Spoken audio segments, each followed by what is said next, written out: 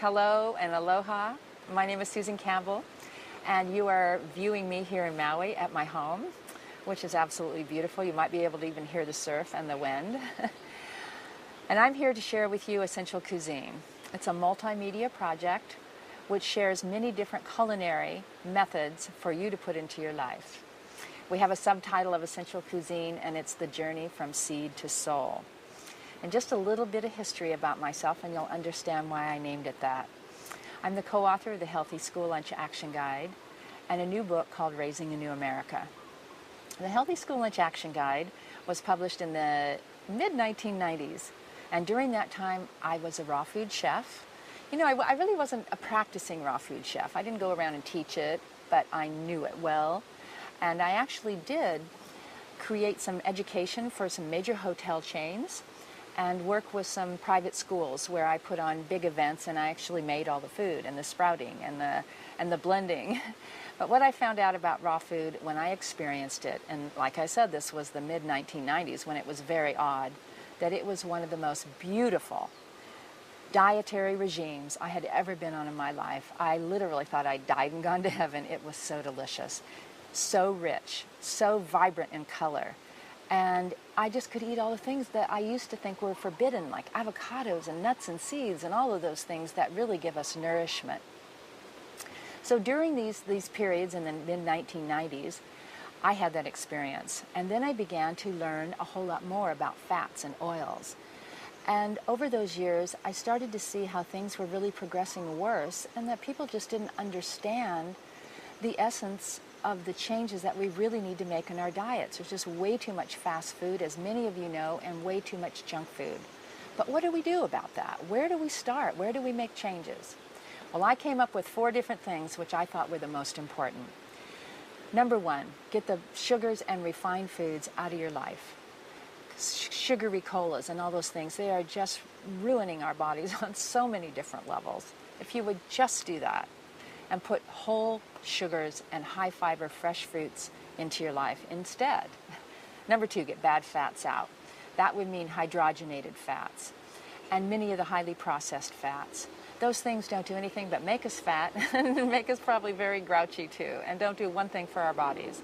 We are starving for good fats, and you can eat them abundantly. You will never, ever overeat them because your body just won't let you. Number 3, get rid of preservatives and chemicals and hormones and antibiotics and all the things that are put into the food that our bodies are not meant to digest.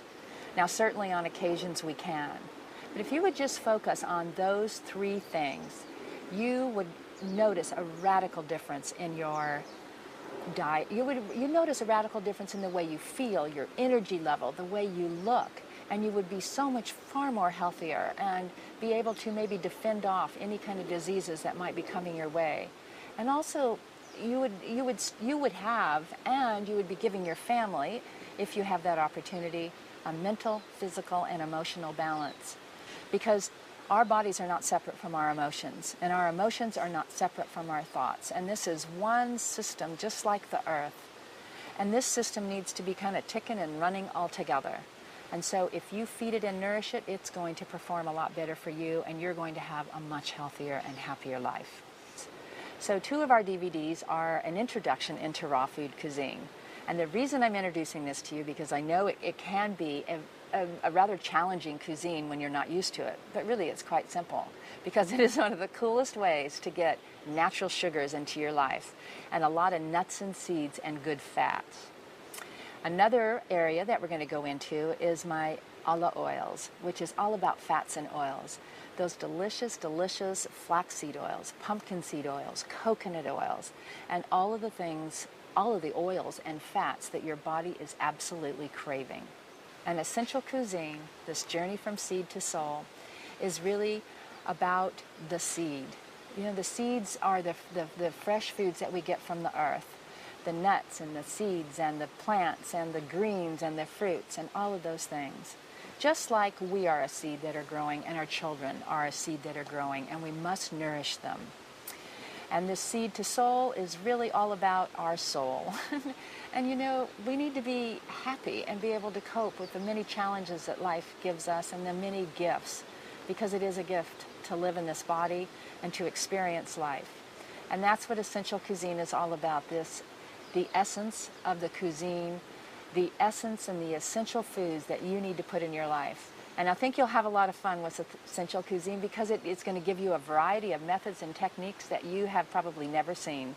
And I'm not saying you should do one way or another. I'm saying let's just grab the best of the many methods and put them in your life and enjoy your food and enjoy the process. Aloha. This is the bulk section. Look at all of these foods. So here's what you do, Landon. You take one of these, like so affordably. We should do that when we get home.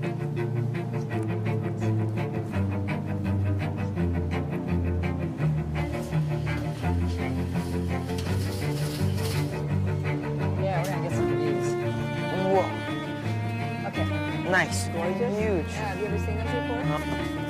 What else show me? Have you had one of these yet? What are those? A passion fruit?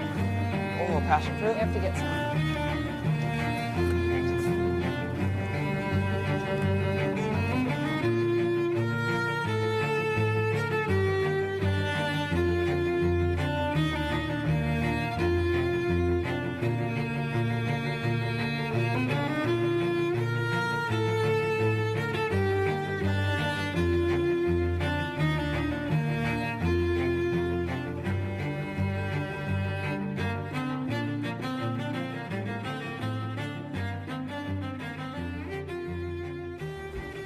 Aloha, and welcome to Essential Cuisine, a journey from seed to soul.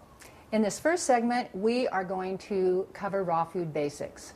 Now, for many people, raw food is really called living foods because what happens is many of the foods that are fresh from the earth, the bounty of nuts and seeds and legumes and fruits and vegetables, they're brought to life through soaking and sprouting and blending. And so many people call raw food living foods.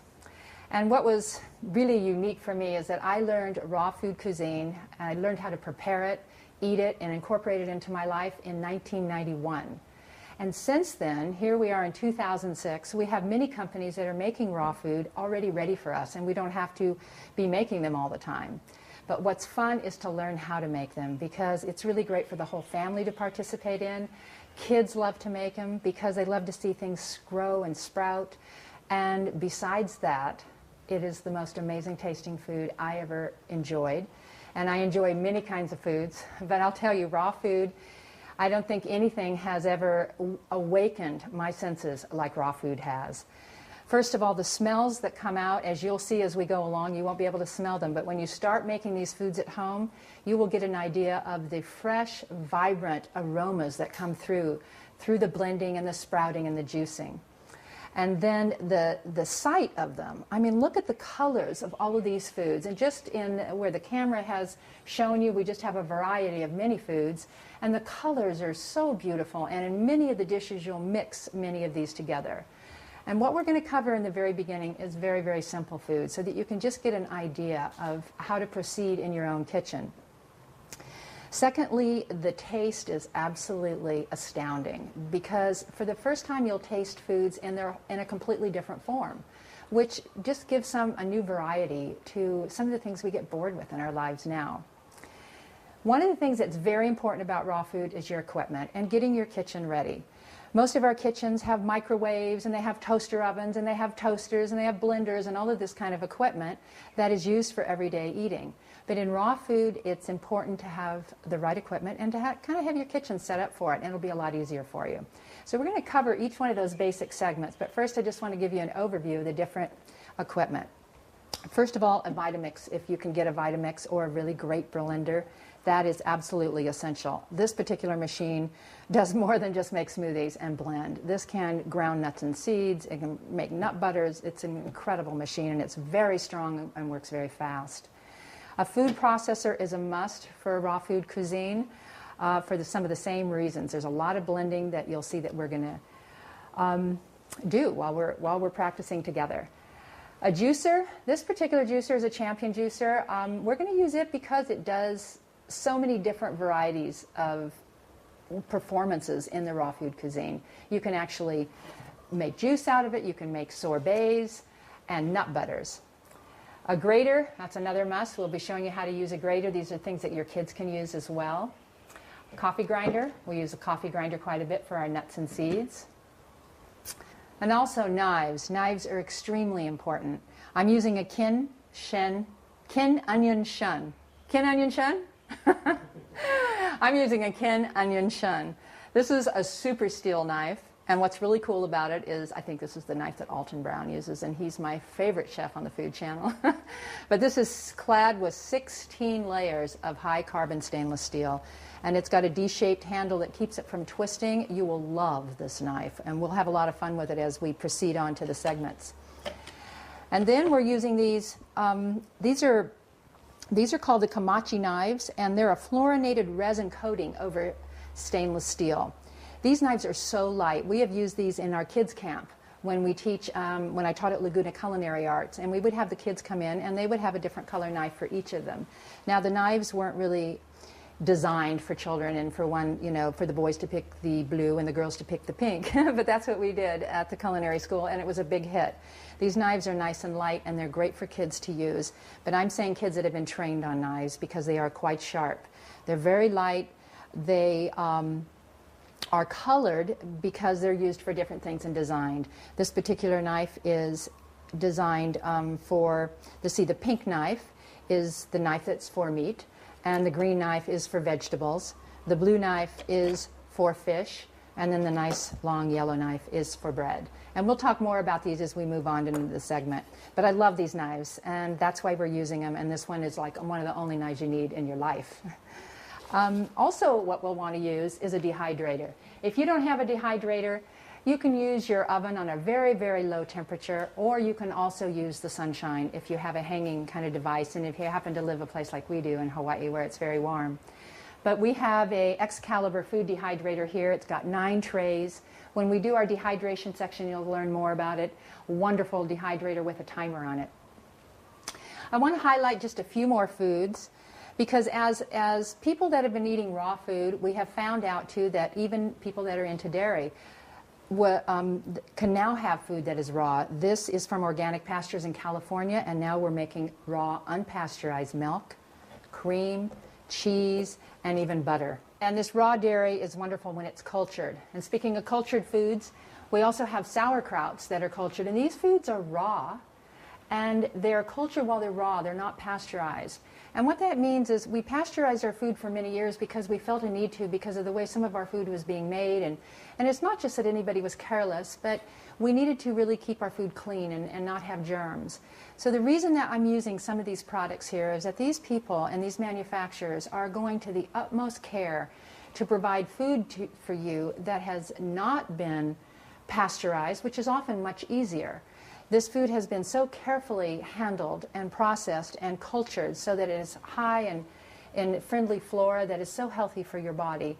And that's one of the reasons that all of raw foods are so popular, is because they're so high in enzymes. Enzymes are what help us digest our food, and when we eat a lot of cooked food, it's very difficult to digest our food sometimes. Now, different traditions and different cultures all have different modalities. In the East, in Indian food, all of the food is cooked, and some of your Ayurvedic doctors will all want you to eat cooked food. So there's many different opinions out there, and there's many different cuisines. And what we're doing here is we're not really advocating that this is the one and only way you should eat it all. What we're wanting to do is just introduce to you a new modality and new techniques and new methods of food so that you can start to cultivate them and fuse them into your own culinary adventure now. So let's get started. The first thing we're going to do is learn all about sprouting.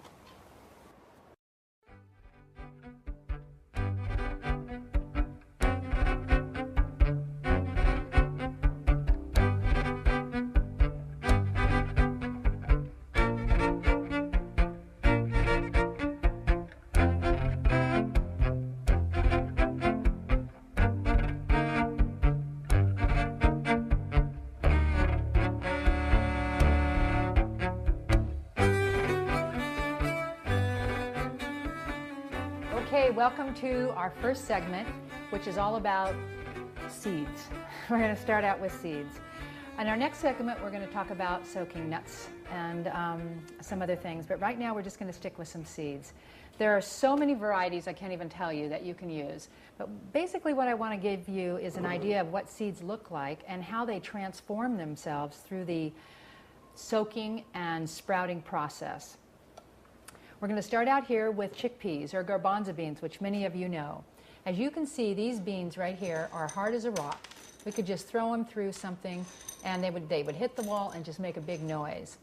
But right here, these are the same beans that have been soaked. I'm sure you've seen cans of garbanzo beans or chickpeas. They're made often to put into hummus, sprinkled on top of salads, ground up and put in soups. But this is just the second stage. It takes them about at least overnight. I would say probably 12 hours, but I talk about everything overnight. Some things soak a lot faster, but overnight is a good rule of thumb. Here we have mung beans, the same thing. As you'll see, these seeds, they're very tiny and they're very, very hard. And then when they're soaked, you can see them here. These have been sitting in water overnight. And actually, these have been sitting here since this morning. They've been in about 10 hours. Now, let me tell you something about these. You know how squirrels, they take their nuts and seeds and they bury them into the earth? Well, that's because the earth germinates them. The moisture brings the seed alive. Every seed has to be germinated in order to be edible because you could never eat these the way that they are now. So that's the whole reason for soaking them. Once you soak them, then you start to water them and allow them to grow. And that's why they call it live food, because it really comes to life, as you'll see as we move along here. Here are some lentils. These lentils are green lentils and they're whole so that they can be sprouted. And here they are soaked. And you can see that the water's kind of dirty. And the reason that the water has this dirty film over it, this doesn't have a whole lot of water, but you can see here in the color. And when we rinse the sprouts, you'll see even more. What these seeds have on them and why you could store them in your room for days and days and days, and they would not oxidize and they would not get moldy. Like if we were to set out a strawberry out here, the strawberry would get moldy very soon and gnats would start to fly around it, but not seeds, because they have what they call enzyme inhibitors on the seeds. And those inhibit any enzyme action. And that's why they can last forever. And that's why they're such a marvelous food, because you can store them in your cellar, you can store them in your cupboards in a tight jar, and they'll last for a very long time. So these enzyme inhibitors that are on the seeds naturally, the way the earth has grown them, when we soak them, the enzyme inhibitors come off, and that's what you get in the discoloration. And we're going to rinse those away, and that allows the seed to start to grow. And if we were to plant it in the earth or into some great soil, then we might have a really great plant, which is how all of our food is grown, as you know. So let me take you to the third step. We have the seed, then we soak them for their certain amount of time to get all the enzyme inhibitors off, and then we're going to sprout them. And to sprout them, we actually we rinse them all off and we put them in a jar and we let them start to grow. What we have to do is we have to rinse them every day, 2 to 3 times a day, depending on where you live. Like we're here in the hot tropics, and I found that it's good to rinse these 3 times a day. Twice a day is okay. I just love to splash them with some water. If you're in a very dry area like the desert, small seeds like these wheat berries, these are soft white wheat berries. These have been soaked and sprouted for a couple of days. They're already feeling pretty dry, so they need to have water often. Now you can see the little tail that's growing on these. These have already been growing for a couple of days, and that's where you want to grow your sprouts. You want to grow them so that they have a tail on them about half as long or as long as the original seed. Now here, the chickpeas, they barely have a little seed on them. They're just starting to grow, where they're starting to sprout. Now these mung beans, you can see these have grown a lot. And this is actually a little bit too much, but look at the transformation these seeds have gone through from this to this to this. And what happens too in some of the seeds, you'll see these green husks, they actually will come off. And then you have this white seed with this long tail on it. These can be used to be ground up in the food processor with herbs and spices, and maybe some tasty olive oil and lemon, and you can actually make a pâté. You can sprinkle them on salads and wraps, as you'll see what we're going to do later in some of the segments. These are the lentils, and look at the transformation they've gone through. I'm going to take my hands in here and just show you. And you can see that the outer shell is starting to fall off of them also. Now the wheat berries are a very hard seed, much like the mung beans, and they have been soaked and then sprouted. And once they sprouted for a couple of days, we set them in this jar, we add the water and cover them and let them sit in a dark cupboard for 2 to 3 days, and it makes a liquid called Rejuvelac. And this Rejuvelac is full of enzymes, and it is a cultured food. And you can see actually it growing here in the light. Can you see that? Isn't that beautiful? This is a growing, living food. And this is a beverage used to mix some of our seed cheeses, let's see, some of our smoothies. You can mix sauces with this highly enzymatic live beverage that is so good for your digestion. And you can just cover it with some cheesecloth. I wanted to show you this. There are sprouting jars like this one that you can buy at many of your health food stores, or you can order them online. They have a screen in the top so that you can easily put the sprouts in them once we've cleaned them, and I'll show you how we're going to do that in a second. And then you can just rinse them and turn them upside down and let them drain. Then, when they're all sprouted, and let's say like these, okay, we just don't want to eat these today. What the heck are we going to do with them? What we're going to do, and this is how you store them, is you put them in a clean glass jar. And if you have to use a plastic bag or a plastic container, that's okay. Glass is best, though. And you can see this has not a top with any kind of screen on it. You cover it with water, and this is how you store them in the fridge. I like to rinse them, though, once a day with fresh water. So it's best if you can, keep your sprouts going and keep them fresh, but you really can store them for, several days if you rinse them every day, and then you've got fresh sprouts. Another thing we can soak, and these are raisins, and you'll see how we're going to use raisins and dates. Any dried fruit is great soaked. The juice is like full of natural sugars. You can blend these into many of our desserts, as you'll see, and that's what gives them their sweetness, along with honey and other flavorings. But you can see that this raisin was much, much smaller when we started, and how they puff up with water. And that makes them really easily able to blend with other foods like nuts and seeds to make some desserts and some tasty sweet dishes. So I'm going to take these over to the sink, and I'm going to show you how we rinse them. I'm going to take the chickpeas and the mung beans. Whoops. All right, we got to be careful when you're in the kitchen, when you're barefoot especially. So I'm going to turn on the water. You need a colander, one that has, let me come over here closer to the camera, and I'll show you a couple of different sizes. You can see this one right here. This is one of my favorites because it has 2 handles. And this one is much larger, so you don't want to put your mung beans in this. But you can easily put almonds and other bigger nuts, and the chickpeas, of course. And then this is a good one with a really good handle and a very fine mesh screen. Incidentally, if you can't get a jar, you can easily get your old jars that you have hanging around the house. You cover them with a screen or a cheesecloth and put a rubber band on the top, and that works just fine too. So we basically just take this seed that's been sprouting all of this time, you pour it into the strainer, and you give it a really good rinse. Oh, by the way, as soon as I rinse these, I'll tell you more. When you store them and when you soak them, you want to do it in filtered water. Spring water, the best water you can find. If you have filtered water at your tap, it's much better to, to rinse them with that too. But otherwise, tap water is fine because it's just rinsing them off, and it's only done for a brief moment.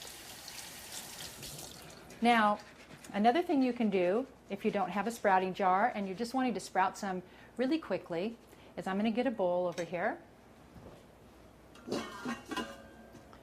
And you can easily take the strainer. We've just rinsed the seeds, and you simply set it on top of the bowl, and they can start to grow. Or you can set it on a plate, something that just can catch the water that's going to drain out of it. Basically, what you want to do is you want to keep some air under it. So if you have more of a shallow bowl or something, I do that all the time. And maybe I'll throw a towel over the top or a paper towel just to keep any bugs from coming in it. But what we're going to do is we're going to take these seeds, and we're going to go ahead and just take them into this jar.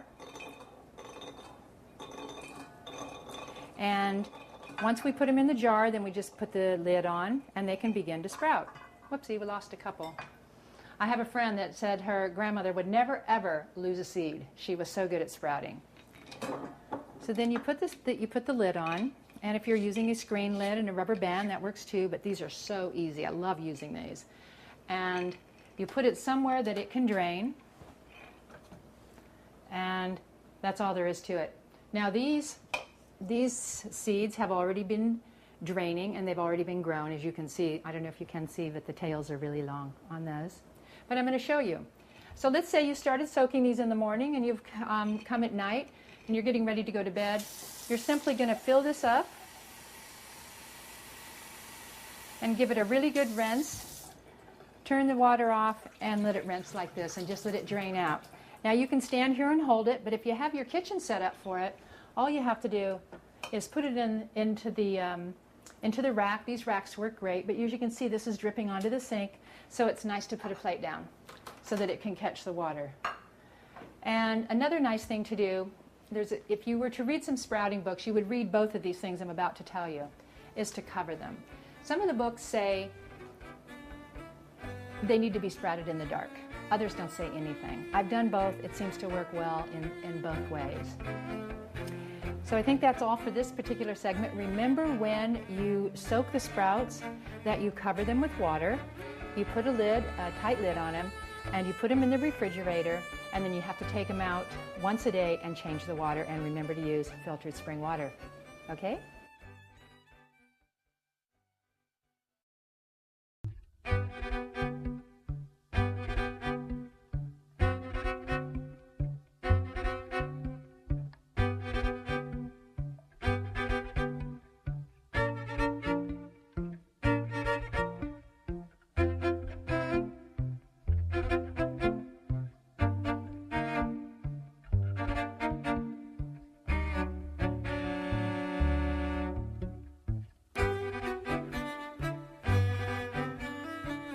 And now we're going to work with some nuts, almonds, pecans, walnuts. And I want to tell you a few more things though. Remember we talked about the Rejuvelac that I made? I wanted to tell you how to store this. It's very, very interesting. Once this beverage has fermented, like we talked about before, and it's really bubbled a lot for a couple of days, and you taste it and it tastes really rich and you think it's ready, what you do is you just strain the beverage off of the seeds and you store it in an airtight container in your refrigerator, just like you would any other beverage. Then you can cover the seeds and start the process all over again. And you can do that for a couple of times. Isn't that great? That's a lot of mileage you get out of a handful of seeds to have such a great beverage. So I wanted to let you know that. I also wanted to take a moment here to point out some products, because as you'll notice as we do this segment, I'm going to bring a lot of different products in. And it's because I think they're the best. There are companies that manufacture with a level of integrity that is in alignment with these great living foods. And another aspect of that is that they're all organic. You always want to buy organic as much as possible. It's in alignment with the earth's rhythms. It is grown in soil that is abundant with the minerals and all of the things that make our foods nutritious for us. And it's one of the most powerful statements you can make as far as really supporting our farmers, is buying and eating organic food. So it goes without saying that all through our segment we always use organic food, and I'm going to point out products along the way, because many a times when I used to watch cooking shows or I would learn all about foods, I would go to the store and I wouldn't know what to choose. We're not sponsored by these companies. They don't pay for this particular series. We are featuring these because we chose them because we think they're the best, and they have a high quality and an amazing, excellent taste, and that's what it's all about. It's all about excellence. So when we're working with nuts and seeds, I wanted to show you some of the companies that make raw nuts, nut butters. And you know, it started out where we just got maybe raw tahini out of sesame seeds. And I'm going to show you some sesame seeds in another segment. We're actually going to do some grinding of them. And I'll show you some of the differences. But like raw tahini, you can see it many times roasted. Those are the roasted sesame seeds. Or they're whole. The sesame seeds are whole and they're ground into this wonderful tahini nut butter. Now you can get on the market as the years are going by and the popularity of this food is just, you know, exploding. We have fresh raw almond butter. Those are almonds that are going to be blanched and ground up, not at a high heat, so they retain all of their enzymes. And so these are just a couple of companies I love to use. This particular company, Rejuvenative Foods, it's 100% organic, and they have a very airtight seal, and all of their products, you'll find them in the refrigerated section of your health food store. So now let's learn about soaking the nuts and sprouting them and blanching them. First of all, we have pecans. Now you can see here the pecans are dry.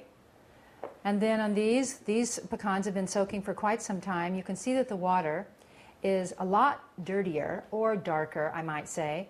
And you'll notice that when these nuts are soaked, that all of this, like these walnuts, look at these. These walnuts are really pretty dark most of the time, and those are the enzyme inhibitors I was telling you about earlier. Now look at these. Once when we rinse these off, you're going to see how much lighter they are, and they almost get white. They get much, much lighter. And you can see the water here in the almonds. The almonds are kind of like wrinkled up. Those enzyme inhibitors are just protecting them. We could set them out here probably for days and days and days, and they would just stay like this, maybe even a year. Whereas, fruit would never have that happen. But once we do this to them, we soak them, and they start to get all puffed up with the water and all hydrated. Then when we blanch them and take the seeds off, then they're going to start to oxidize, and they're going to shrivel up and die. So we're going to keep them alive. That's the whole idea of this. Now I also have these sesame seeds. I'm sorry, they're not sesame seeds, they're sunflower seeds. And I really wanted to demo them to you. But I want to tell you what happened. You can see in these sesame seeds, I'm going to put the jar up here, and I'm going to put the bowl right here so you can see them. They actually got these little pink things on them, and they have very long tails, and all the skins came off. Sunflower seeds they're just so hardy. They grow so fast, and you can soak these for about 5 hours, and they're really ready to eat. If you sprout them and they get too long, which they do very easily and very fast, they're really, kind of bitter. They lose their sweetness, and all of these nuts have a lot of sweetness to them. So that's what happens with sunflower seeds, and even though we soaked these and stored them in the refrigerator, they still grew. So it's important for you to realize, and this is why I wanted to show you this, is that even if the nuts are stored in the refrigerator, they will continue to grow, some more than others. And this really just happened overnight. And you can see these even pink things are starting to change color and have a discoloration. And then all these little teeny shells are floating to the top. And usually when your sunflower seeds have been soaked and you're going to be wanting to rinse them, you're going to let the water settle to the bottom. Or let the water will rise high, the seeds will settle to the bottom, and you'll see that all these shells will float to the top, and you'll want to rinse those off. And I'm sorry I really can't show you more, but you can see that they grow very quickly. But they're really the same as we did the lentils and the chickpeas. So I'm going to take these over to the sink and show you how to rinse them. And basically, you're not going to sprout these because they don't really sprout. Walnuts are not going to sprout. Neither are your pecans. So once we rinse them, we're just going to want to store them in water like we did these seeds, and we're going to want to cover them and rinse them once a day. And then you're going to take them out and you'll have these wonderful soaked, very hearty tasting walnuts. And trust me, they taste good too. It's a very different taste than when you roast them. And same with the almonds. And I have two other seeds I want to show you here, or just one actually, the flax seeds. These are golden flax. And when I lift these up, they're very, very gooey. And that's what happens with flax. Flaxseed, when they're soaked, get very gooey like this. And it's going to take quite a bit of rinsing to get them where we want. And it's also very good to use. Sometimes they'll use it as an egg substitute in baking. But we're going to actually use it in one of our recipes that you'll see in our next segment. But I wanted to show you that. And then here are the almonds already blanched. And we've got some water back here on the pan, and it's cooking up, so where we're going to blanch these. But this is how they look. They actually all fell apart. Sometimes they don't. They all stick together, but these are the blanched almonds. And that means not only have we soaked them and rinsed them, but then we've taken that outer shell off. And you'll see when I take them off how thick they are and why it's so much easier to digest them without this heavy seed and coating on it. All right, so we're going to go back to the sink. I'm going to take both of these and rinse them. Well, I can hear that water starting to bubble.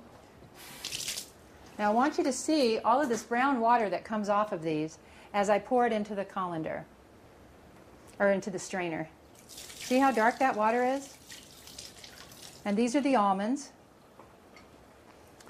And they've soaked really well. And all of this, you know, you want to use your hands a lot when you're playing with raw food. If you want to, you can wear gloves. But it's really important that you really wash your hands really well before you get started. Because I love to put my hands in the seeds and make sure they all get rinsed really well. Now I believe that the water is already boiling, and it is. I'm going to turn the heat down here a bit, because I actually could just turn it off. All we're going to want to do is put these into boiling water for about 1 minute. And while those are boiling for about 1 minute or less, I'm going to go ahead and rinse the walnuts. And you can see here, look at this water. Now, can you imagine if you hadn't rinsed these off, you would be eating all of those enzyme inhibitors. And that's the whole idea behind raw food, is to take every kind of action at all possible to help your body digest and to assimilate these living foods. Because nuts and seeds are often sometimes hard for people to digest. And we can just set these in a bowl and they can strain. I usually like to sit them out for a little while, and I'll go ahead and chop them and put them on a salad, maybe on top of some good yogurt with some raisins. And okay, I think these have been about a minute. And I'm going to take these out and pour them. Like that. It's a good idea, very good idea, to have everything ready. I can't tell you how many times I have actually done the seeds, cooked them, and then go, oh my gosh, I don't have my strainer out yet. And then they sit too long. So it's important that you have everything in its place when you get started. They call that in cooking school mise en place, and it means everything in its place. And I tell you, it will change your life. And especially with raw food, you want to get all your ingredients out, all your equipment out, and it makes it much, much easier. Now look at the steam is just coming off of these. And even though we put them in hot boiling water, they haven't been in there long enough to destroy the enzyme action of the seeds. So you just take your hands on it like this, and you barely press it, and off comes the skin. And I'm going to do a couple of these to show you, and I'm going to start to make a little pile right here of all of these shells that come off. And you'll see what I mean at how thick they are. And look at these nice, now these are kind of hot. But I'll tell you what, your kids will love doing these. Sometimes if I'm watching something on television that really interests me, or listening to some great music, or maybe even talking on the phone, I can just go ahead and shell these while I'm doing something else. Or we have the kids do them, and they have a lot of fun because you just really, I mean, watch this one, it's going to pop. They just pop right out of the shells. It's so easy. And you can let them cool off a little bit first. I think that we pretty much covered it for this segment on seeds or nuts. And, oh, I wanted to say one more thing about pumpkin seeds. Pumpkin seeds, they should be soaked too, and they're much like the walnut. You just soak them and then eat them right away after you soak them. But I often eat them raw too, and we're going to grind them for some pumpkin seed powders.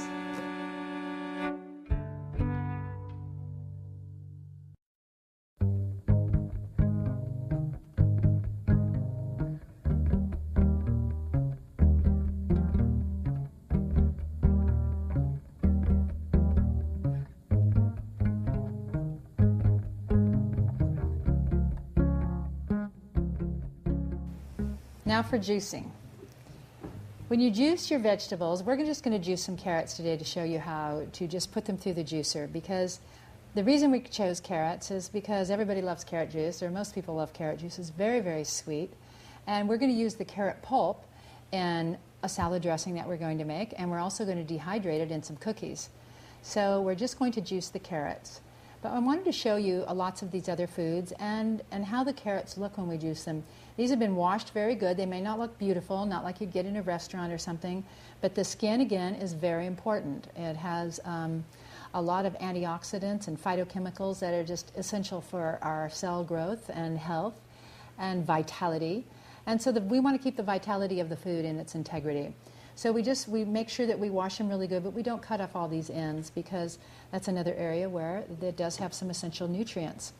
I just wanted to point out that broccoli can be juiced, many of your fruits, cabbage, cauliflower, and even sprouts. Sprouts are juiced quite a bit. And this particular juicer has the ability, because there's a screen down here on the bottom, and you'll notice that when we start to juice, the juice will come out here of the bottom where my hand is right here, and the pulp is going to land right into this bowl. And I'll go ahead and move these right over here so you can see this really well. And then we're going to go ahead and put this pulp in a container, and we're going to save it to make something else, as you'll see later. Now, the versatility of this particular juicer is that we could put another plate. There's a screen on here now, but we could put another plate on it, which we're going to do in another segment.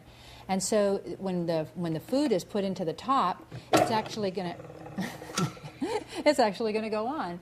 When we put the food into the top, let's see, there we go. When we put the food into the top, it's going to come out in its entirety on this end. So let's say we took some frozen bananas, which we're going to do later, and it's actually going to come out of here like a sorbet because we're not going to take the food apart. The carrot, as we put it in, is actually going to be broken apart. The juice is going to fall down here, and the pulp is going to come out here, so it's going to be separated. So this has a great versatility. You can put coconut meat in here and make coconut cream. You can put nuts in here and make nut butters. It has so much versatility, and that's why I love this juicer. Sometimes, though, if I'm making a lot of juices and I'm using celery and cucumber and I'm just really going to town and wanting to make a lot, I'll use a different juicer. I often use the Jack LaLanne juicer. I like that one a lot because it has a big hole in the top. And as you can see on this juicer, this comes apart like this. This has a smaller hole, so you have to cut all the food or all the fruit that's put in. For the carrots, we don't have to, and that's why we're going to demo these. So I'm going to turn this on and just show you basically how it works. Just stick the carrot in like that. And then this plunger, can you see that juice coming out down there in the bottom? And once they're cleaned, again, you want to have everything in its place. Whoops. Oh, I tried to do too much at once. Some wonderful combinations. Celery and apple, cucumber, celery, apple. Carrot is great in everything, but if you're sugar sensitive, a big glass of carrot juice is a lot of sugar. One of my favorites is to use a couple of carrots, a couple of beets, maybe just one beet, a juice of a whole lemon, and you can put the lemon right through the whole juicer and with its skin on and everything. Maybe a little piece of ginger, an apple, some celery, some cucumber. If you use a lot of greens too, like spinach greens and broccoli, sometimes the juice will taste kind of flat. And so if you add a lemon, it really makes a big difference. And maybe just a couple of carrots to sweeten it up. And then a very small piece of ginger. I know some friends that can eat a huge piece of ginger, but boy, it's just too much for me. I just like a little bit. So I'm just going to juice one more and then show you. Another thing about this juicer is that it doesn't go real fast. I mean, this is pretty fast when you consider you're getting a whole fresh juice. But it kind of takes its time. It's a very heavy juicer. It's got a very good motor, and it's very safe for kids to use. And lately I've been talking about kids, but we're talking about kids like over 10, unless you supervise them. But they have fun juicing, especially making sorbets. So you can see this pulp. It's very warm. And we're gonna make a salad dressing in one of the next segments, and it's going to be made with the carrot juice, some of the carrot juice, and the pulp to thicken it, and it's so good. I love the salad dressing. And then you can see the juice. We're going to pour this into this pitcher. You can keep your juice in your fridge for about 3 days, I think, max. I like my juice fresh, but sometimes you just don't want to get out the juicer and juice constantly. I'll tell you one thing too about juicing and raw foods. If your equipment's out, you're going to use it a lot faster. If you have it put away, you're just not going to do it as much. And this juicing is probably one of the most powerful things you can do for your health, because how often can you get that many vegetables into your body, all at once and enjoy just a refreshing drink. So there's some carrot juice, and I'm just going to continue making some more. And then we're going to do a segment here very soon where we're going to use the food processor, and we're going to make some hummus, and we're going to have some chopped vegetables, and we're going to have a little bit of a feast. A big feast.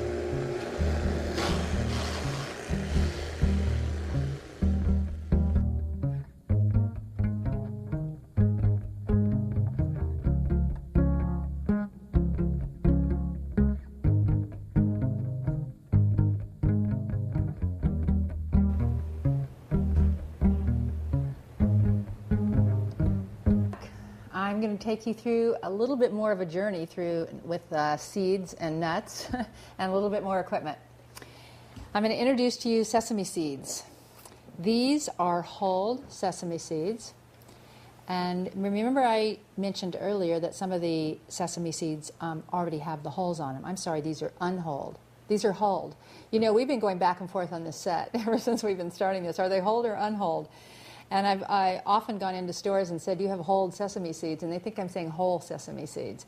So the difference is, and I will show you in another segment what the unhulled sesame seeds look like. They're brown, like you've seen in sushi restaurants. They're kind of crunchy, and they're brown because they have the hull on the outside.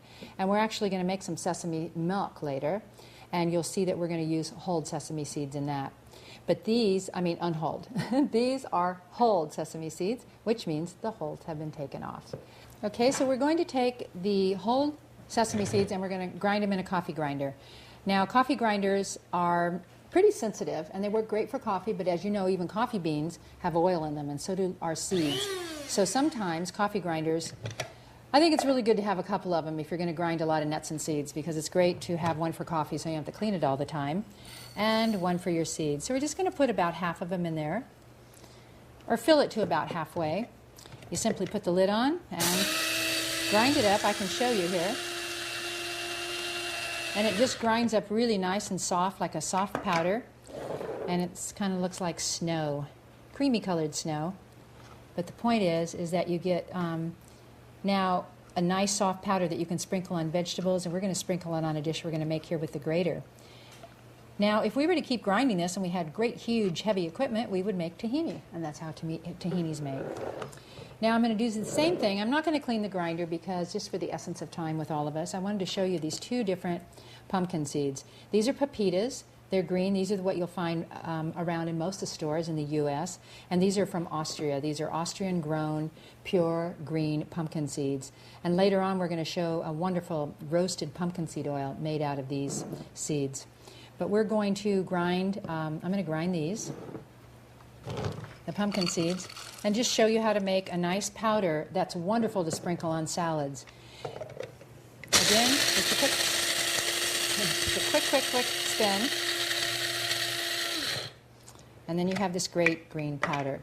Now you might think, oh, what's the use of doing this? Well, you know, when a lot of us are on the run a lot and we're wanting to get a little bit more nuts and seeds in our lives because we know how many antioxidants that we have in them. Pumpkin seeds have great fat, some essential fatty acids, and this is a great, easy way to really enhance a salad. I'm going to tell you these things are delicious, absolutely delicious. And I'm going to put them up here, and you can see this nice green color. And then the white sesame seeds, they're all, and these, when you put them on a salad and then you put on a dressing, they all kind of clump together and they make the salad dressing very rich. Okay, now I'm going to go over to the grater and we're going to make a salad.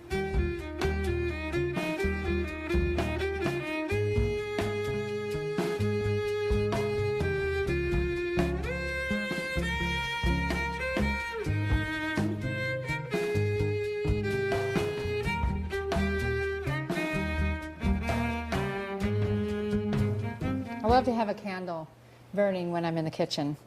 Although tonight we would probably love a little bit more of a breeze because it's really warm here in Maui. But it's beautiful and we're really happy about it. A grater. You know, even if you're not a real live foodist or a raw foodist that eats, you know, raw food all the time, you're going to love using a grater a lot more than maybe you do already. You can grate so many things and make some great salads, and we're going to be making some as we go. But I'm going to make you one of my favorites, which is carrot. not carrot, beet. We're going to use a beet and an apple. And a beet is another food that is not eaten as much as we might like to, especially if we're feeding kids. A lot of them don't like beets, but I'll tell you, when they're raw and they're grated like this, they're yummy. Now I want to show you, this is the grater of all graters. It has, I like to use these little holes right here quite a lot, because when you grate something like a carrot or a beet on these little teeny holes, you actually get a very juicy substance. Whereas if you were to take this big one, these chips, you're going to get chips, which are still difficult to chew. So if you grate them on the small one, you get a very, very juicy piece of a vegetable. When you're grating, you want to have something to hold on to, especially when you're holding food like this. So I usually just cut the end off, clean the beet, of course, really well. You don't need to peel them. And I usually even like to leave the end on about this long, because then I have something really to hold on to. So you just start grating, and pardon the noise here. Now I'm going to show you what we already have going here. And you can see that this beet is really tiny, which makes it a lot easier to chew. And it's actually good if the beet oxidizes a little bit, if it has a little air come into it, because sometimes they can be quite strong. So sometimes I like to grate my beet and let it sit out for 10-15 minutes before I serve it or eat it. And sometimes I even grate it and put it in a dish and put it in the fridge, and then I have it all grated for later. So we're going to grate the rest of this beet. Okay, so that was a workout. Now when you're finished grating, don't take it too close, because it can be dangerous and you can hurt your fingers. So just save this piece. I throw them in a baggie, lots of little extra pieces, the bottoms of broccoli and tops to these, and you can juice them because they're still a really good piece of food. I want to tell you something about using knives too. You really don't want to ever use your knives to pick up your food like this, because that's how you will start to wear out your knife, because it's not made for cutting boards, it's made for food.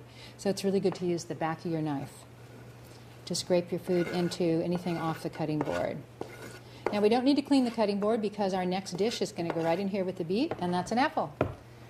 So when you start with any of your food, which many of you probably know, but I might as well go into it a little bit, you always want to create a flat surface when you start your cutting, particularly with a round piece of food like this.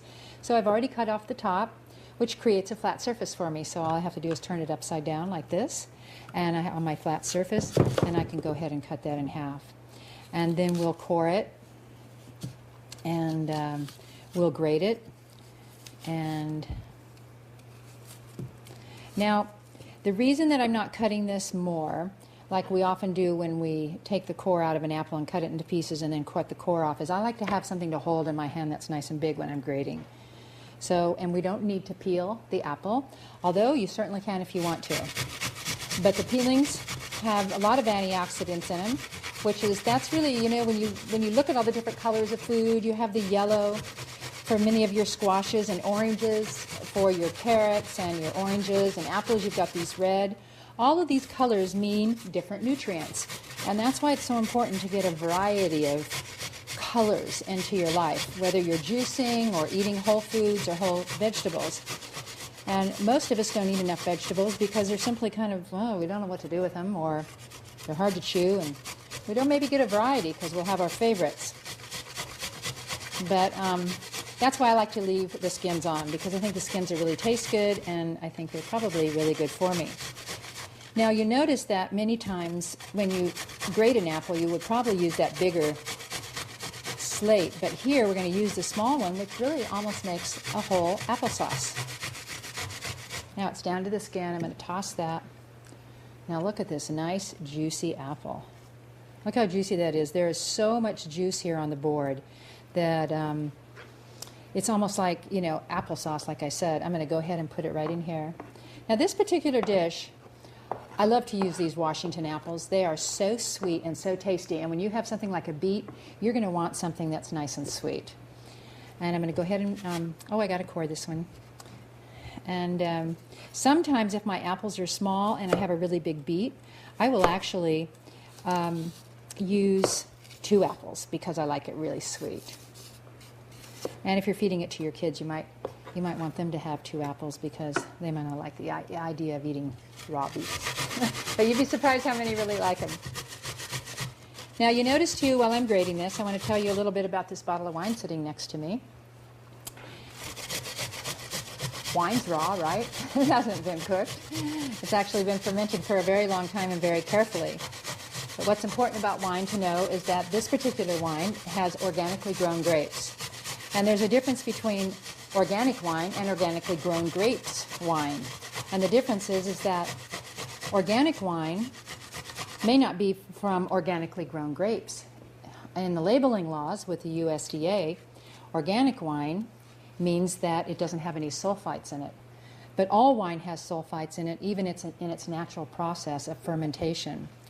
So if you get a label that says made with organically grown grapes, then it's made with organically grown grapes, but it has a very, very small amount of sulfites in it, which are quite natural. Okay, you can see this beautiful applesauce here. We're going to just put this right into the dish. I'm going to take a quick wipe of my hands. I'll tell you something too. If you're working with beets, look what happens with your hands. So you want to wash them really good afterwards because they kind of stain. I once knew a friend of mine. She used to eat a lot of beets, and I'm going to move this over to the side. She had a lot of beets and carrot juice all the time, and she actually really had a very pink tone and a yellow tone to her skin. I'll put this right up here. Now, I know this might seem kind of messy, and the truth is, it is sort of, but it's pure food, and straight from the earth, and absolutely delicious. This is one of my favorite things to eat for breakfast. It's also one of my favorite things to have for an afternoon snack when you want something kind of sweet and filling, but you don't want a big meal. And it's very, very fulfilling. And you just mix that together. And sometimes I can eat this whole thing in one sitting, but most of the time, about a half is kind of good. So you just put that together, make sure you get all that juice. Now with this grating, you have all the fiber, you have all the juice from the vegetable, and you have that wonderful texture. I'm going to take these sesame seeds that were ground in the coffee grinder, and we're just going to sprinkle these over lavishly. And then, remember those walnuts. I'm going to grab this other cutting board here that's nice and clean. And we have these walnuts, remember, that we rinsed off and soaked. And we're just going to take these and just chop them slightly. I like them kind of crunchy on this, but this is a wonderful combination.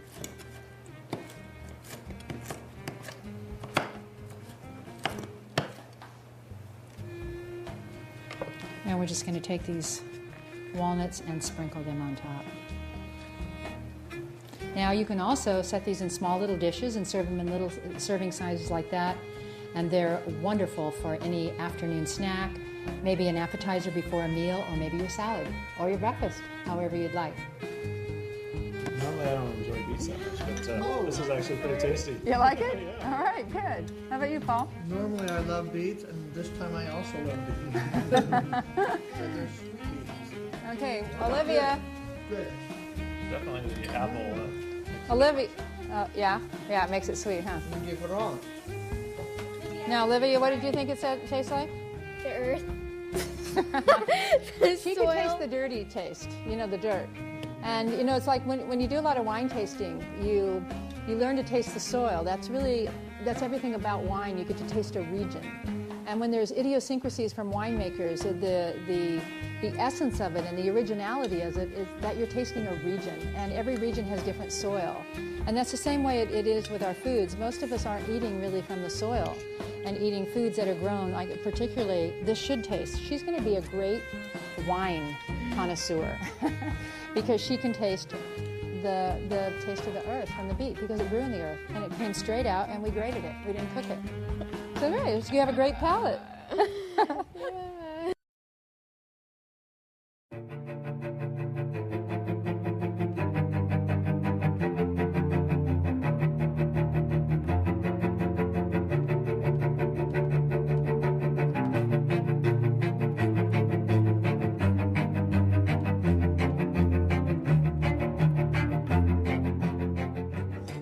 Welcome back and aloha. I know we've been giving you lots of information, but I'm really trying to take you through these very basic steps of how we soak our nuts and seeds and how we can start using them to blend. So I really want to acknowledge that you're really paying attention to this and wanting to incorporate some whole foods into your diet. I think it's awesome. And if we'll just move along and we'll just get more and more tasty and have more and more fun as we go. So right now, these are whole sesame seeds, and we're going to make a sesame seed milk. Then we're going to make an almond milk, and out of those same almonds, we're going to make an almond soup and an almond cheese. That's how versatile almonds are. But right now, I'm just going to go ahead and pour these sesame seeds. They're whole. And as I pour them in, I want you to see what they look like. I'm going to put a few here in my hand and show you these. Now, these have the holes on them. Remember, in our last segment, we had these sesame seeds that had the holes off. So they were called whole sesame seeds. But these have the holes on them. And so this is what we're going to make our sesame milk out of. And all you do is you soak these sesame seeds for only about 5 hours. I soak everything overnight. And then I covered them in some water and I stored them in the fridge. We're going to take 2 cups of water. And I'm going to go ahead and pour this in this dish now because it's going to be a whole lot easier to get these tiny little seeds out of here. And just shake it around, and we're going to put it here in the Vitamixer. Now, I like to use about 1 cup of seeds with about 2 or 3 cups of water. And I think we have about 1.5 cups seeds here. It doesn't have to be exactly measured. If you make your milk a little bit rich, you can always add some spring water to it afterwards. So I'm going to explain to you, too, a little bit about this Vitamixer. These are the most awesome machines. They have 2 different speeds, high and low, and off and on. You've got off and on here, and we have high and low here. We're going to start out with low, and then this particular dial can take the machine to a very low, whether it's on high or low, and it just takes it up. This is a 2 horsepower machine, and you don't have to be afraid of letting it go very, very fast because it will just grind and chop so many things. It's one of the most versatile things. You can make juice out of whole vegetables, smoothies out of whole vegetables. It can make frozen sorbets, and it just goes on and on. But right now, we're just going to make a seed milk. So we've got our water in here, and I'm going to turn the machine on, starting at a low speed. You can hear that. And then we're just going to let it escalate up as I turn the dial.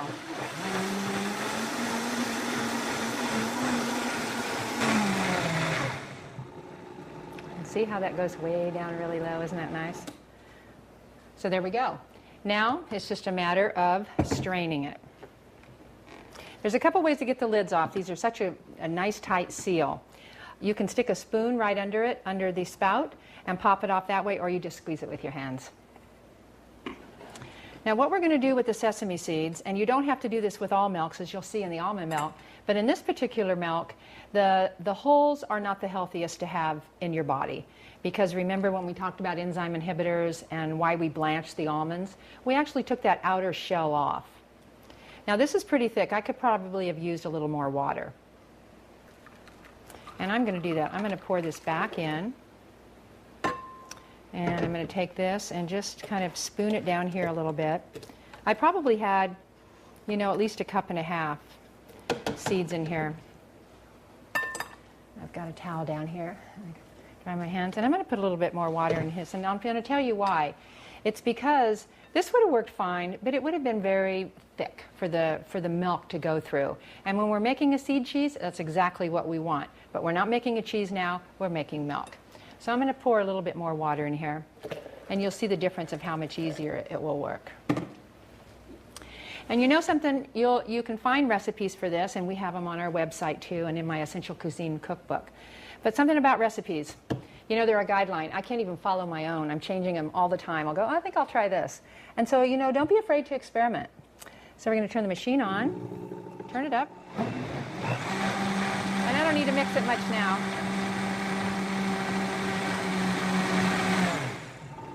There we go. Turn it off.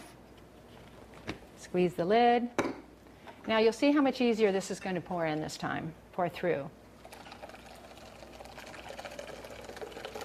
Sesame milk. I want to tell you, it's one of my favorite milks. I have it in my fridge as much as I can.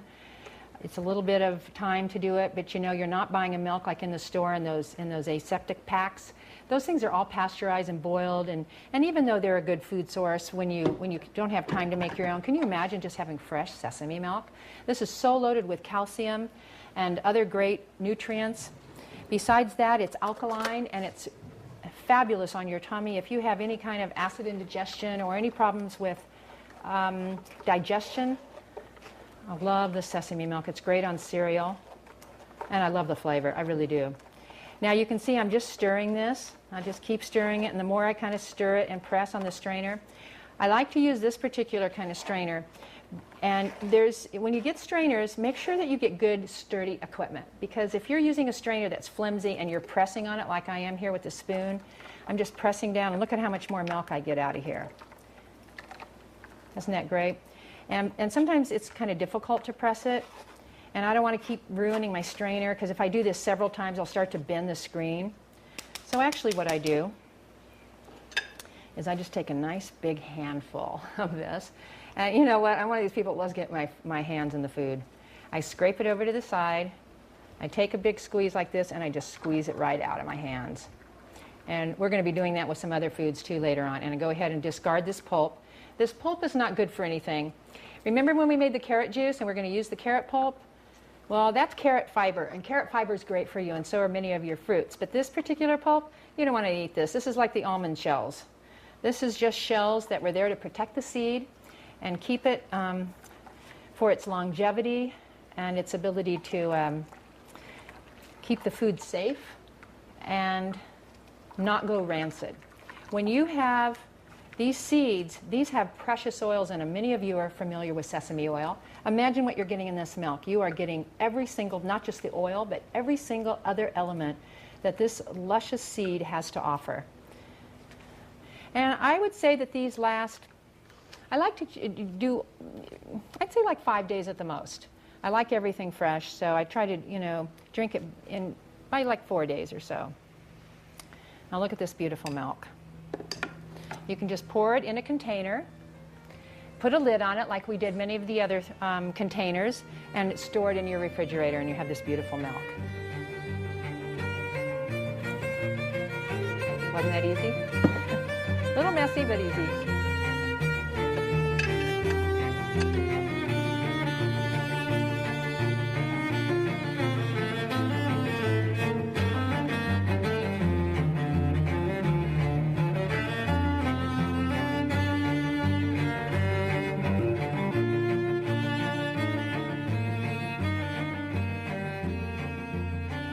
We're now going to work with some almonds. Remember how we soaked them and then we blanched them?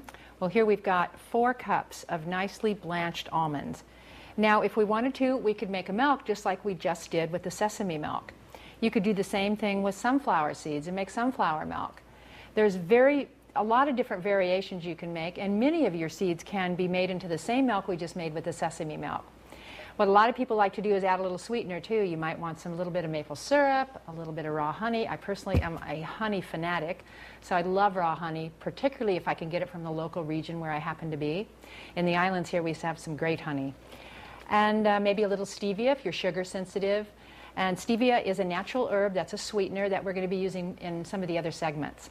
But for now, instead of making another seed milk, because you already know the basics of it, you just blend it with the water and you strain out the pulp. We're going to blend these almonds, and we're going to keep the pulp because we're going to make an almond soup base, and then we're going to make some almond seed cheese.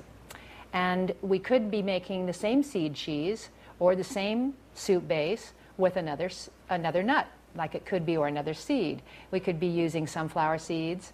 We could be using sunflower seed cheese. But I'll show you these variations as we go along. But for now, we're just going to do the basic soup, and then we'll move on to the seed cheese. So I'm going to take 4 cups of the almonds, and I'm going to put them here in the Vitamixer. This is really so simple. I know that it might, seem like it takes a lot, because we really did do a whole lot more before we came to this portion of it. We already soaked them and we blanched them.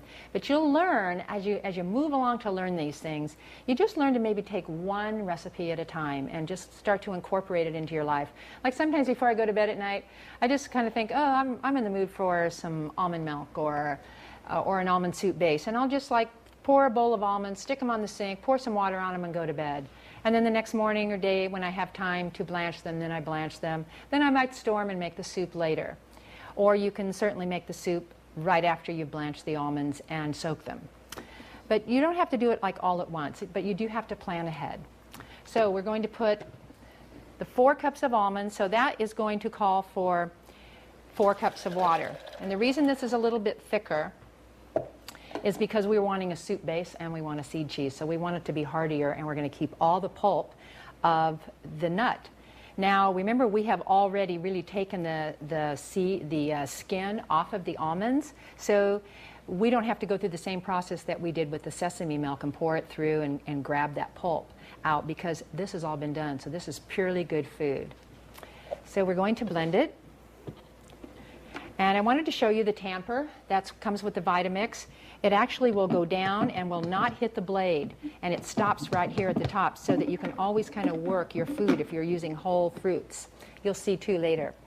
Okay, we're going to turn it on and then turn it up. I think that'll probably be good. You can see here on the tamper these nice little chunks of almonds. I think I might blend it just a little bit more because we want this really creamy. Make sure that's sturdy. And remember, I turned this up. So sometimes if you turn this thing on high and it's already turned up, you got to make sure you got the top on because you'll have soup flying everywhere. So I like to turn the dial down. I like to turn it on, and then I like to turn it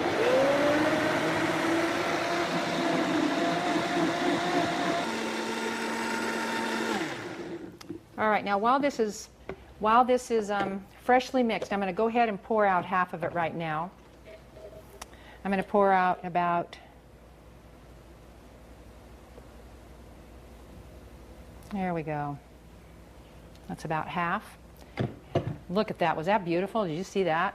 Isn't that just beautiful? Now we're going to add some ingredients here for a soup base. First of all, we're going to take the juice of 2 lemons, and we're going to put that in. Now, you know what? You don't need a Vitamixer for this part. You could easily put it in a bowl and whisk it, because these are just going to blend really nicely. We're going to take a tablespoon of flax oil.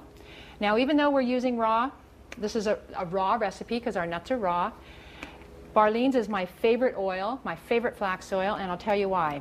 They're the only company that makes the oil, presses it fresh, and sends it directly to the store or directly to you. It doesn't sit on a distributor shelf somewhere. You put your order in, they press the oil with no heat whatsoever, and it comes straight to you or straight to the store where you buy it. So when you buy it at a store, you know you're getting fresh oil. This particular one is their Essential Woman, and it has some evening oil of primrose in it and a little bit of rosemary and high lignans. And we're going to continue to talk about oils as we move along in these segments. But right now, not to get things too complicated, we want to keep them really simple. If you don't want to use a flax oil, you can use an olive oil. Olive oil is good for everything. Extra virgin olive oil, considered a raw or live food. For this soup, and you can use whatever you want, we're going to put a little bit of cumin in there. Whoop! Did we ever put a little bit of cumin? I put the whole dish in. Okay, we got the container out of the blender when we dropped it in and put the cumin in. So we didn't want to do it over again because, you know what, things like this happen in everybody's kitchen. We took it out, we washed it off, but we already have the cumin in there, so we don't want to put it in there again because we are all looking forward to eating this soup. So, and I want you to do the same. If you ever drop things in there accidentally, you just might make up the coolest recipe that's ever been made up. You never know what might happen in the kitchen, and that's the fun part of creating food. It's really fun to experiment. So let's see, I think we put some lemon in there, and we put some flax oil, and we definitely have cumin. And now we're going to put some garlic, and this garlic has already been all chopped up for us. And you could just put the whole clove because you know how this Vitamixer works. It really will just ground anything. So we've got garlic, and you can put some veggie seasoning in it. You know, just be creative. What we're going to put is here, we're going to put a little bit of tarragon. And I'm going to put just about a teaspoon. I don't often measure with teaspoons. I just use my hands a lot because I love just having my hands in food. It's kind of like playing with, you know, art or clay or something like that. So I'm just going to grind these up a little bit more in my hands and sprinkle them in. Beautiful colors. And I think oh no, we're going to want to put some salt in, and let me talk to you about salt. I have 3 different things of salt out here, and I'm just going to give you a little blurb on salt, and we're going to talk a lot about it because I love this salt. This salt to me is like God. I know that's a big stretch, but anyway, I love this salt. Celtic sea salt. When you see something that says Celtic sea salt, it comes from one place, and that's in the French, in the Mediterranean, in France, off the coast of France, and it comes from a company called Celtic sea salt. And they have 3 different kinds of salt. We have the fine, and then they have the large gray crystals, and then the fine gray crystals, and this is flower of the ocean. Fleur de sel, as it's often called. But this particular salt, when there are certain wind conditions on the ocean there, the actual salt floats to the top, and it's hand harvested off the top of the ocean, and you are getting the flower of the ocean. It's not a hard crystal. It's not fine. It's in between there somewhere, and it has this consistency that when you put it in your mouth, it doesn't go crunch. It just kind of like bursts. And I love using it as a condiment on foods. I personally don't usually cook with salt at all. I usually salt afterwards because I love the flavor of salt.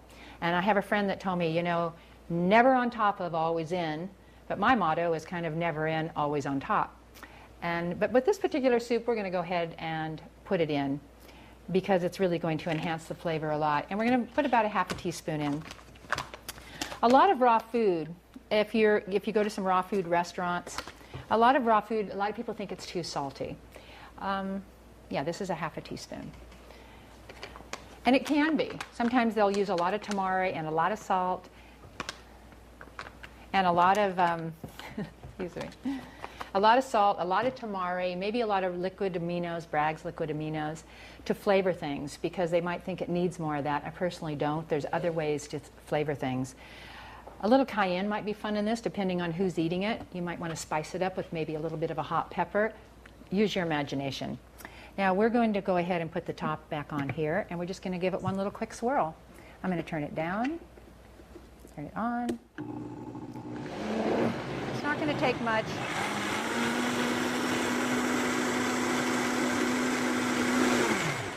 Now remember when I said I was making a soup? This is really a soup base.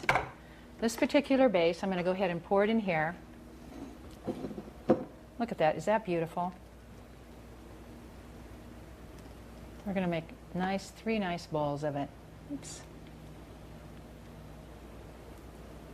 Are we going to get 3 out of it? I think we're barely going to. Somebody's going to get a big portion. There we go. Now, that, like I said, that's just a soup base. And we're going to garnish it. We've got some chopped, very diced, smally chopped, diced vegetables. Use your imagination. You could do tomatoes on this. But, a lot of people like a little bit of a crunch to something. But we're just going to decorate it with these nicely diced vegetables. And maybe put a little sprig of parsley on each one. Isn't that lovely? Now this soup will blow your mind. I've taught many classes where I've made this soup and people go, just fresh almonds, and they take a bite and literally they go, oh my God, that is so good. And that's the way it is. So enjoy. And now we'll get ready to make the seed cheese.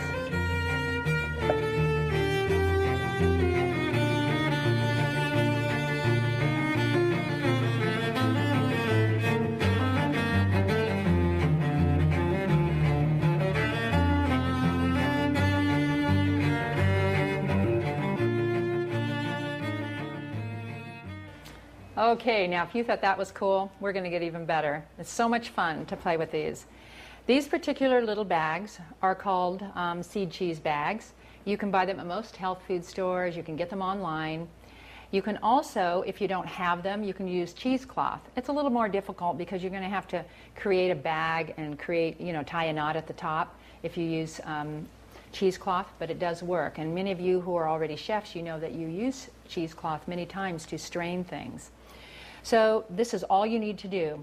Now remember, we poured the almond milk, or this thick almond juice milk soup substance.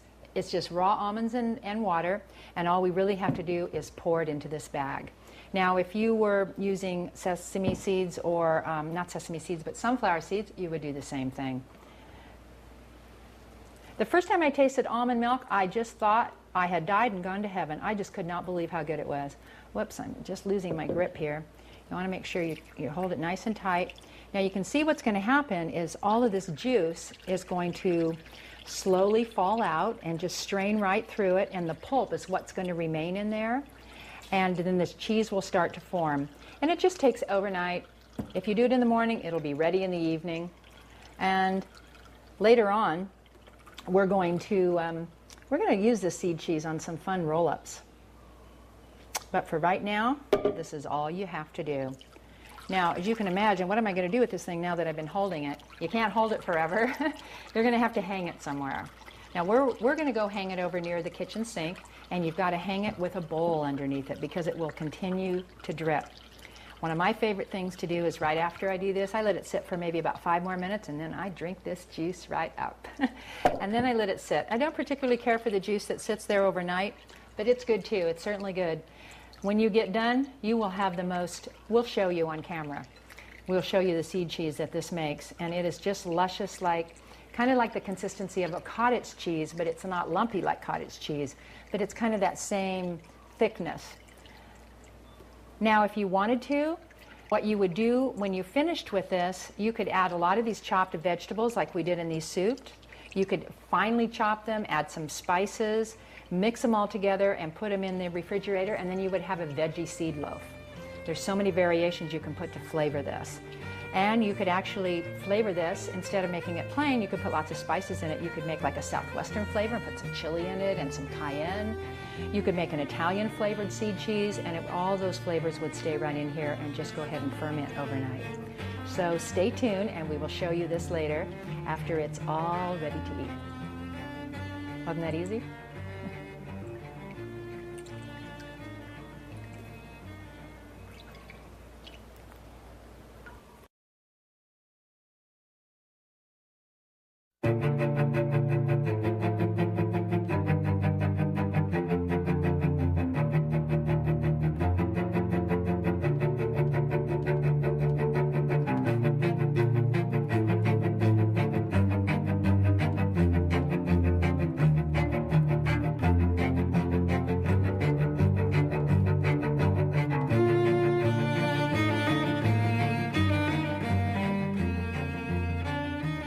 Aloha and welcome back.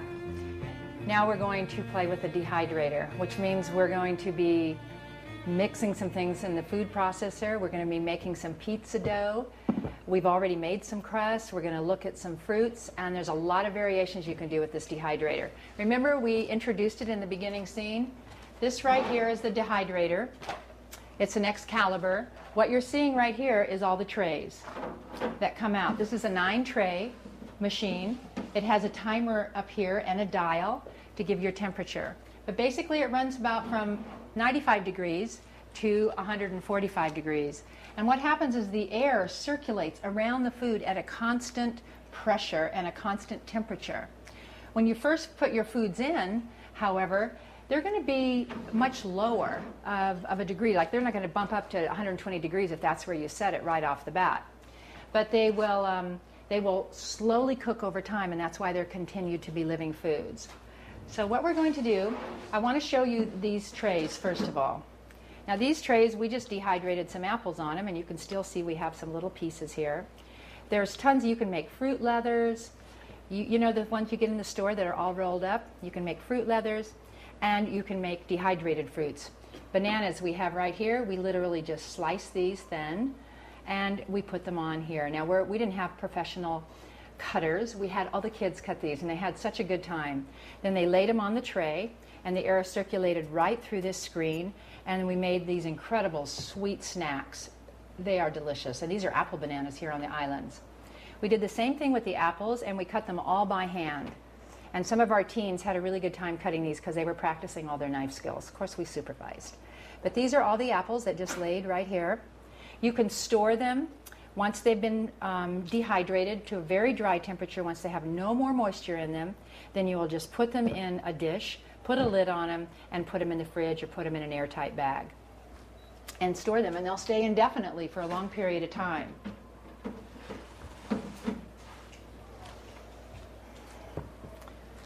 So we also made some crackers.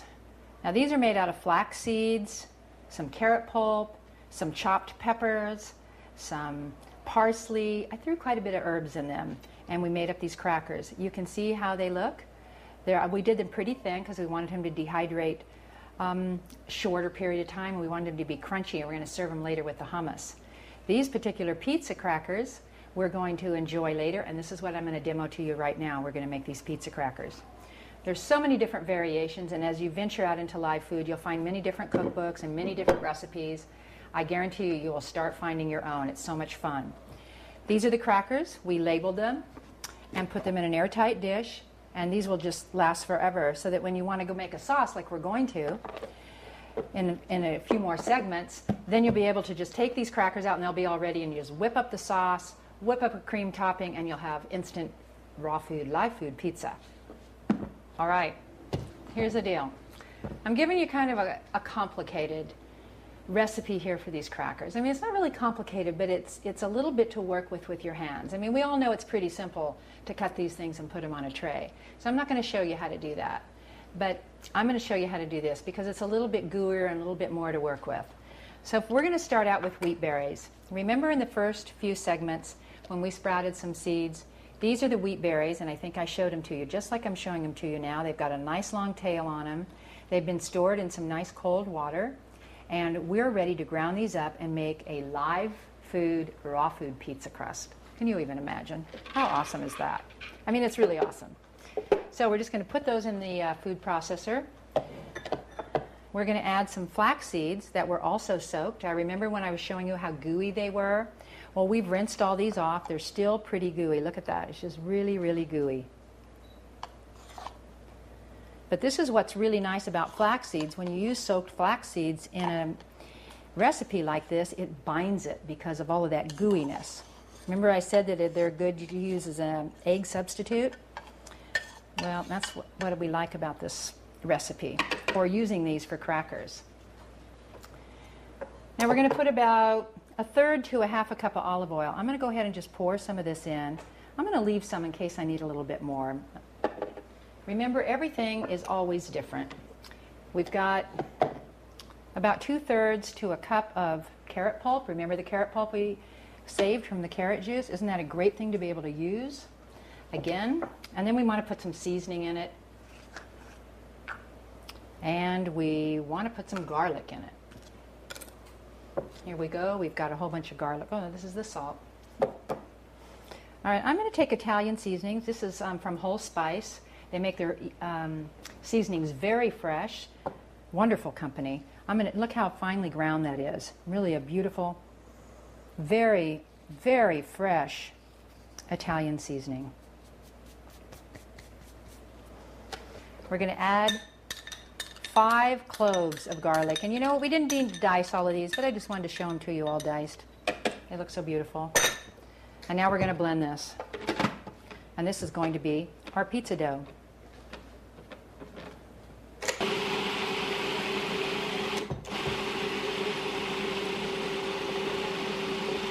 We could just turn it on too, or you could pulse it.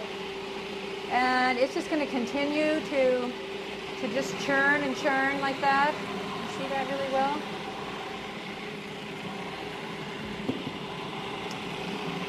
I'm going to add a little bit more olive oil to it. You know, you can never have too much olive oil. Now you see that just gave it enough of a little bit of more of a liquid that's making it more of a dough. I'm going to go ahead and stop it, and I'm going to take a spoon here and just kind of mix it up a little bit. I think it would eventually mix on its own. There is a spatula too. You could also use that. Oh, this is nice. Look at this. Isn't that beautiful? Now, I don't think we put any salt in this, and I think that would be really good. You can also use tamari. I'm going to take a little bit of salt here. Oh, we've got some poured right here. There's a 1/2 teaspoon of salt. And we'll put this back on, and we'll just let it mix a little bit more, and then I'll show you how to shape it.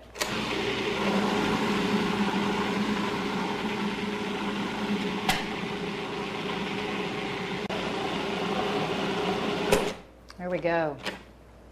You see that? Look at that great pizza dough.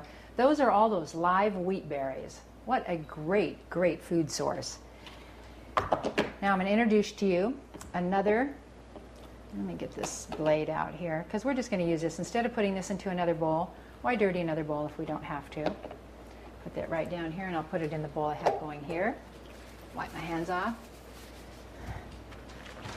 These are these Teflex trays, sheets. Kind of like parchment paper, but for dehydrators. They're made for dehydrators. If you don't have these, and let's say you're making this pizza dough in your oven, you could easily put it on a cookie sheet and then put a piece of parchment paper underneath it. That works really well. I've done that many times and it works just fine. Basically, the reason you want to use these can be washed and reused. You don't have to throw away parchment paper. But you see, on this particular tray, we couldn't put this dough. It would all stick to the tray. Remember how the apples were kind of stuck when I first started here? Because they'll stick to it, and they'll easily come off. But these are what you want to do in the beginning. And what we're going to do is take about, I like to take like 1 spoonful here, and now we get to get our hands in it, and that's the fun part. Just roll this out and press it down. Now, if you have a hard time and it's not pressing well with your hands, it gets a little sticky, you can use a little bit of orange juice or a little bit of olive oil, a little bit more. I can just dip right into this bowl and just pat it like that, and then it won't be so sticky. What you want to do, what's really important, is to do them even. I want to make sure you can see these here too. Let me move these over just a little bit. And make them anywhere from 1/4 to 1/2 inch at the most thick. I've done them both. You can see these aren't very thick. These were just really about 1/4, and I was kind of surprised these came out as thin as they did. I'm going to make these just a little bit thicker. So what we do, and you want to get the kids involved or anyone to help you, it's kind of fun. You can open up one of those great organic bottles of wine and enjoy making your pizza crust, because these are going to dehydrate for several hours on this Teflex sheet. And then when they get pretty dry, you'll be able to take them off like this, easily peel them off and put them on this sheet. You can turn them over or you can leave them straight up, because remember what I said, the air circulates through the entire dehydrator all at the same time. So it's not a matter of turning things over or having to do that, because it's going to cook on both sides. But it's not going to cook on both sides if it's like this. But this will just cook it enough to where it'll hold itself together, it'll hold its integrity of its shape, and then you can just turn it over or just take it off the sheet and put it on the wire mesh tray and let it continue. I think it's about 8 hours on one side like this, and then take the tray off and it's about another 6 hours. That's all going to depend on how thick you get it. Now here in Hawaii, I made a bunch of them the very first time, and then I went and put them out on the table just like I have here, and within several hours they were all gooey again. They had all that moisture because it's so moist in the air here. So you want to make sure that you put them in an airtight container and that they don't have any moisture left in them. And they'll last for a very long time. Weeks and weeks they'll last in your refrigerator if you keep them in an airtight container. And they're great to make ahead of time, because you know this is pizza, but they could be crackers for anything. And you know what? You can make them whatever shape you want. You don't have to stick with this round piece. I just find them the easiest to work with. And one time I did make them really thick. I think I made them like 1/2 inch thick. Oh, they were great. I loved them. And they're so hardy. They're great to carry in your car with you. They're great to put in your kids' lunches, because they're getting such a great food source. If their kids are eating bread, most of it's been processed. It's not, you know, we do have a lot of wonderful breads today that are made with whole grains, and some of them made with sprouted. But these you made, and they are very, very tasty and unique. And you can even make them sweet. Imagine if we were to make this and maybe put some dates in it. Maybe you would still use some carrot pulp. You could put chopped apples in it, and instead of going with the garlic flavor and the Italian seasoning, you could go with a kind of a sweet cracker or like a cookie. So there's so many different variations in there, and you can use a lot of your pulp from when you do your juicing. I'm going to put a little bit more on this one. And get very creative in having great food source all the time. So have fun with it.